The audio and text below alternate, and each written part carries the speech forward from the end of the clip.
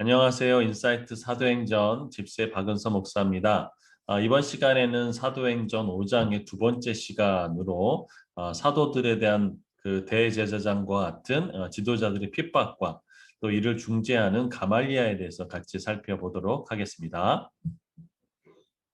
사도행전 5장 1절부터 11절은 지난 시간에 아나니아와 삽비라의 사건을 통해서 돈에 넘어진 사람들을 주제로 다루었습니다. 5장 12절부터는 사도들이 그 공회로부터 또 그 당시에 대제사장과 같은 지도자들부터 핍박을 받는 장면이 나옵니다. 사도행전 3장에 보면 그 성전 미문에 앉아있던 그 안진뱅이를 일으키는 사건이 벌어지고 그 사건의 결과로 공회에서 이 그 사도와 그 바울과 바나 그 베드로와 그 요한 같은 사람들이 또 이제 핍박을 받게 되고 협박을 당하게 되죠. 그럴 때 이 사도들이 하나님께 기도하는 장면이 4장 29절부터 31절에 나옵니다. 하나님, 우리의 위험을 좀 살펴봐달라고, 그리고 담대히 예수의 말씀을 전파할 수 있게 해달라고, 그리고 손을 내밀어 병든 자가 치유되고 표적과 기사가 나사렛 예수 그리스도의 이름으로 이루어지게 해달라고 기도하는데, 그 기도의 응답이 5장 12절부터 16절에 나옵니다.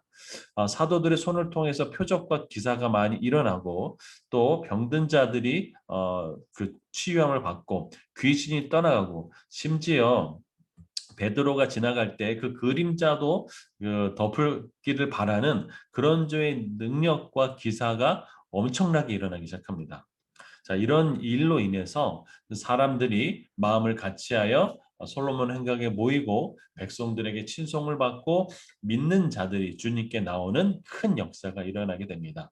이러한 협박에도 불구하고 오히려 베드로와 요한 같은 사도들을 중심으로 해서 예루살렘에 큰 영적 부흥이 일어난 것들을 누구보다 시기하는 사람이 있었죠. 바로 대제사장과 사두개인이었습니다. 5장 17절에 이렇게 되어 있습니다. 대제사장과 그들과 함께 있는 사람, 즉 사두개인의 당파가 다 마음에 시기가 가득하여 일어나서라고 되어 있습니다. 이렇게 시기가 가득한 상태. 이것은 아나니와 삽비라에 있었던 그 사탄이 그 마음에 가득한 그 상태가 지속적인 거라면 이제 일시적인 얘기를 하겠죠. 자, 그런데 지금 이런 상태가 되자 18절에 보면 사도들을 잡아다가 옥에 가둡니다. 그랬더니 19절에 주의 사자가 밤에 옥문을 열고 끌어내어 20절에 이렇게 얘기합니다.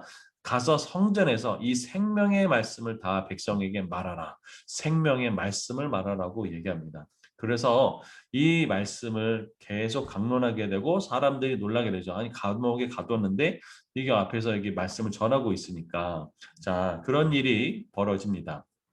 자, 그러자 5장 21절부터 28절에는 이들이 그 감옥에서 나온 것을 알고 사람들을 다시 보내서 잡아오라고 얘기하지만 이게 쉽지가 않죠. 왜냐하면 백성들이 볼로 칠까 두려워하는 마음이 있고 함부로 하지 못하는 마음이 있습니다.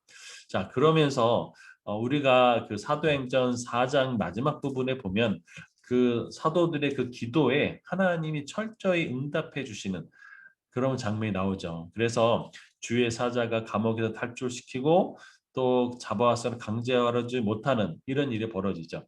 이때 한 사람이 일어나게 되는데 바로 베드로가 이렇게 이제 이그 대제사장 무리 앞에서 얘기합니다. 뭐라고 얘기하냐면 5장 30절에 5장 29절부터 읽어드리겠습니다. 베드로와 사도들이 대답하여 이르되 사람보다 하나님께 순종하는 것이 마땅하다.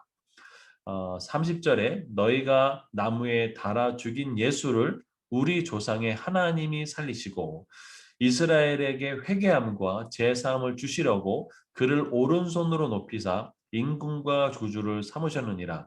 우리는 이 일의 증인이요 하나님이 자기에게 순종하는 사람들에게 주신 성령도 그러하니라 하더라라고 되어 있습니다. 지금 사도행전 5장 20절부터 32절은 복음과 이 지금 나타나는 현상을 아주 핵심적으로 얘기해주고 있죠. 바로 너희가 십자가에 못 박은 그 예수 그리스도가 부활하셨고 임금과 세상의 구주가 되셨을 뿐만 아니라 이스라엘에게 회개와 죄사함을 주시기를 원한다. 그리고 부활하셨다. 그리고 이 성령으로 말미암아 나타나는 기적과 표적과 그런 어떤 그 축사의 사역이 보는 것이다. 그리고 오히려 이 일의 증인이다. 네, 그렇죠. 사도행전 전체에 흘러가고 있는 것이 바로 이 증인이라는 개념인데 바로 그 핵심적인 메시지를 하고 있는 것이죠. 자, 이 얘기를 하자 이 그 제사장들과 사두개인이 뚜껑이 열린 거죠. 그래서 크게 노하여 사도들을 쟤네들 안 되겠다 죽이자라는 마음이 들 때 결정적으로 중재하는 사람이 일어납니다. 그게 바로 가말리엘이라는 사람이죠. 이 가말리엘이라는 사람이 어떤 사람인가? 이 사람은 이제 하나님은 나의 보상자, 뭐 보수자라고 불려지는 그런 뜻을 가지고 있고요. 유대의 납비로 아주 유명한 납비로 알려지고 있고요. 사도 바울에게 그 말씀을 가르쳤던 구약을 가르쳤던 사람으로 기억되고 있습니다. 사도행전 22장 3절에 보면 내가 가말리아의 수하에 있었다라고 표현되고 있습니다. 자, 그런데 이 가말리아가 이렇게 얘기를 한 거죠. 뭐냐? 이 유대 역사 속에 드다라는 사람도 있었고 유다라는 사람도 있어서 사람들을 선동해가지고 로마로부터 막 그 대적을 하게 하고 또 자기가 마치 무슨 메시아처럼 그렇게 따르게 했는데 결국은 다 사라졌다. 그 따르던 사람도 사라졌고 그 사람도 다 그 죽었고 그랬다.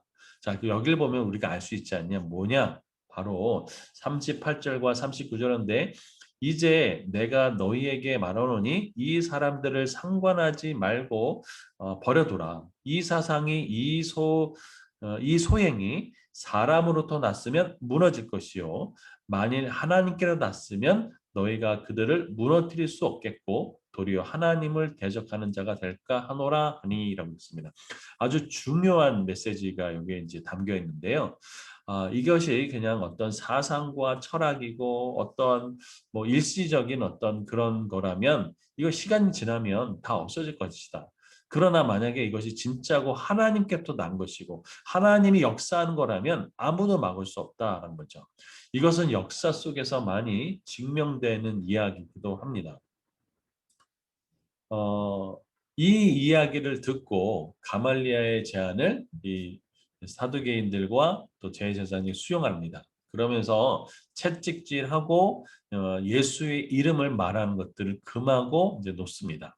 자, 이때 사도들의 반응이 뭐냐? 바로 41절에 보면 그들이 옳게 여겨 사도를 불러 채찍질하며 예수의 이름 말하는 것 금하고 사도들은 그 이름을 위해 능력받는 일에 합당한 자로 여기심을 기뻐하면서 공의 앞에 떠나니라.